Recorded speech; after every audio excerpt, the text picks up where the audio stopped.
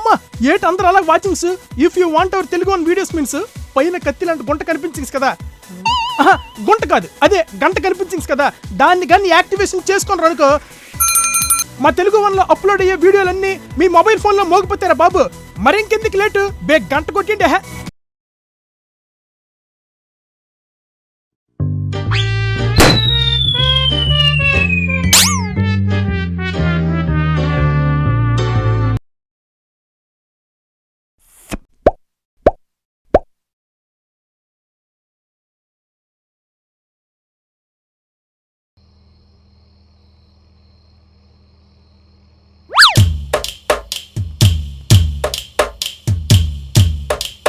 ఏమే చెప్పమ్మా.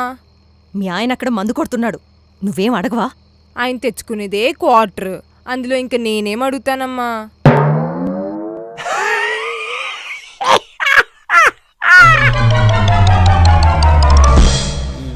అన్ని రొట్ట కేసులే. నమస్తే సోనియా. చెప్పరా. ఐపీఎల్ సీజన్ కదా, బాగా బిజీగా ఉన్నట్టున్నారు. అదే మీ క్రికెట్ అంటే ఇష్టం కదా, బాగా బిజీగా ఉంటారంటన్నా. ఇంతకి వచ్చిన పని ఏంటో చెప్పమ్మా. అదే మర్చిపోయాను, మా పక్కింటి సుబ్బారావు వాళ్ళ ఆవిడ కనిపించట్లే. వాళ్ళ ఆవిడ కనపడిపోతే నీకేంట్రా? లేకపోతే ఏంటి సార్, రోజు నైట్ పార్టీ చేసుకుంటున్నా, చూసి భరించలేకపోతున్నా. నీ దుబే ఏంటి నా జోక్ తర్వాత మీ జోకా? గెటప్లు చూస్తుంటే వైఫ్ అండ్ హస్బెండ్ లా ఉన్నారు. నువ్వు మాత్రం క్యూట్ అక్క, కుమ్మేయండి. ఏమ్మా మీ ఇద్దరు ప్రాబ్లం ఏంటి? సార్ ఇది పెట్టే టార్చర్ తట్టుకోలేకపోతున్నాను సార్, మాకు డైవర్స్ అయినా ఇప్పించండి, లేదా దీని మీద హరాస్మెంట్ కేసు అయినా బుక్ చేయండి. నా మీద కేసు పెడతావా? నీ మీద కేసు పెట్టి లోపలితో ఇస్తాను సచ్చినోడా.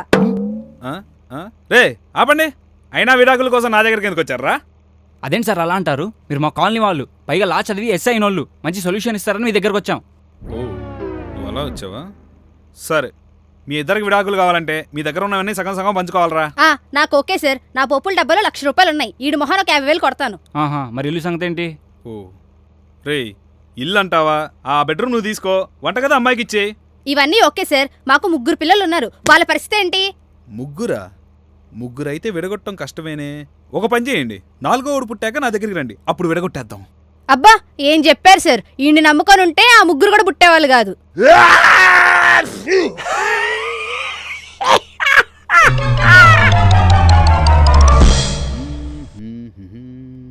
ఏంటి డైరెక్టర్ గారు ఈరోజు మీరు వచ్చారు ఫ్రేమ్ లోకి? అదా, మన ఆర్టిస్టులు అందరూ ఈరోజు అవైలబుల్లో లేరండి, అందుకే నేను చేయాల్సి వస్తుంది. ఓహో కుమ్మేయండి. Hey thank you. Good morning sir. Hey ఏంటి మిస్టర్ భరత్, ఈరోజు చాలా తొందరగా వచ్చినట్టున్నావు. సార్ యాక్చువల్లీ అది ముందు జిప్పేసుకో భరత్. Sorry sir. ఇటు ఆడియన్స్ ఉన్నారా? సారీ. ఇప్పుడు చెప్పమ్మా. యాక్చువల్లీ రేపు నాకు లీవ్ కావాలి సార్. లీవ్ ఎందుకు భరత్? ఏటని చెప్పమంటారు సార్, రేపు మా ఆవిడ బయటకు వెళ్దాం అన్నది సార్.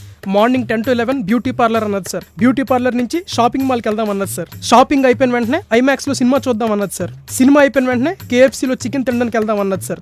ఇవన్నీ తిరగాలంటే ఒక్కరోజైనా టైం పడుతుంది కదా సార్, అందుకే నాకు లీవ్ కావాలి సార్.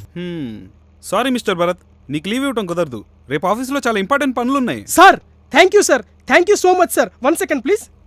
ఏంటి ఇదిగోండి సార్, గిఫ్ట్ కూడా తీసుకోండి సార్. గిఫ్ట్ ఏంటయ్యా, నేను నీకు లీవ్ ఇవ్వను అని చెప్పాను. నాకు తెలుసు సార్ మీరు లీవ్ ఇవ్వరని, నేను ఎప్పుడు కష్టాలు ఉన్నా మీరే కదా సార్ కాపాడేది.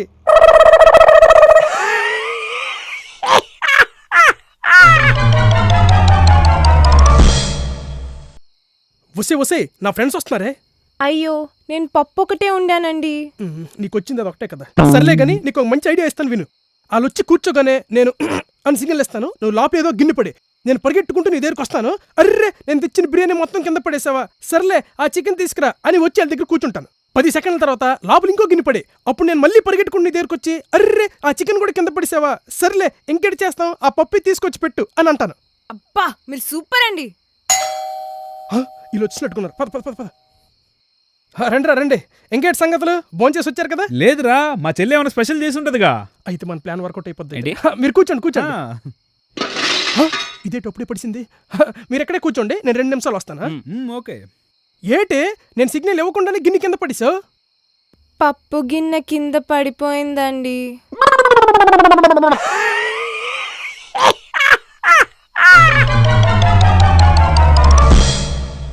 నాన్నగారు వెళ్ళొస్తానండి. ఏరా నిన్ను కనీ పెంచి కష్టపడి ఇంజనీరింగ్ చేశా, మంచి సాఫ్ట్వేర్ కంపెనీలో జాబ్ తెచ్చుకోవాలి. తప్పకుండా నాన్నగారు, నన్ను ఆశీర్వదించండి. సాఫ్ట్వేర్ జాబ్ ప్రాప్తిరస్తు. బాబు ఓ సిగరెట్ టీయమ్మా.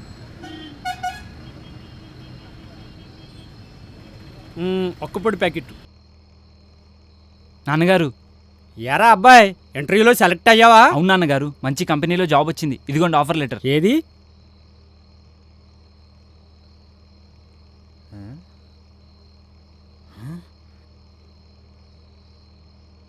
ఎరా, మంచి సాఫ్ట్వేర్ కంపెనీలో జాబ్ తెచ్చుకోమంటే ఈ ఒక్కపొడి కంపెనీలో జాబ్ తెచ్చుకుంటావా? నువ్వు నీ జాబు.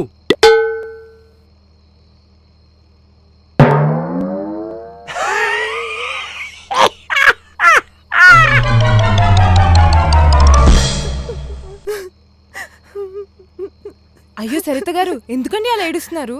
ఏం లేదు లలిత గారు, నిన్న డాబా మీద ఒడియాలు ఎండబెట్టాను. సచ్చినోడాడెవడు ఒడియాలు ఎత్తుకుపోయాడండి. అయ్యో రామా, ఇవాళ నేను ఉడియాలు ఎండపోసానండి. నాకు కూడా ఎవరైనా ఎత్తుకెళ్తారేమో, వెళ్ళి చూసేసి వస్తాను.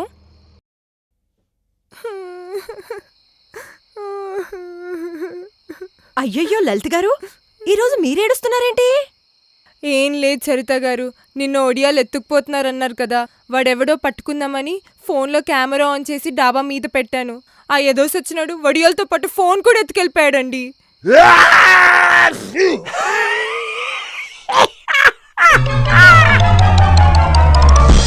ఏ పిల్ల మౌనిక సొట్ట బుగ్గలవ యారి నిన్ను చూసానే, నిన్ను చూసాను.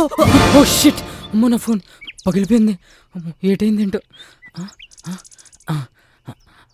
ఒకసారి కాల్ చేద్దాం. చెప్పరా.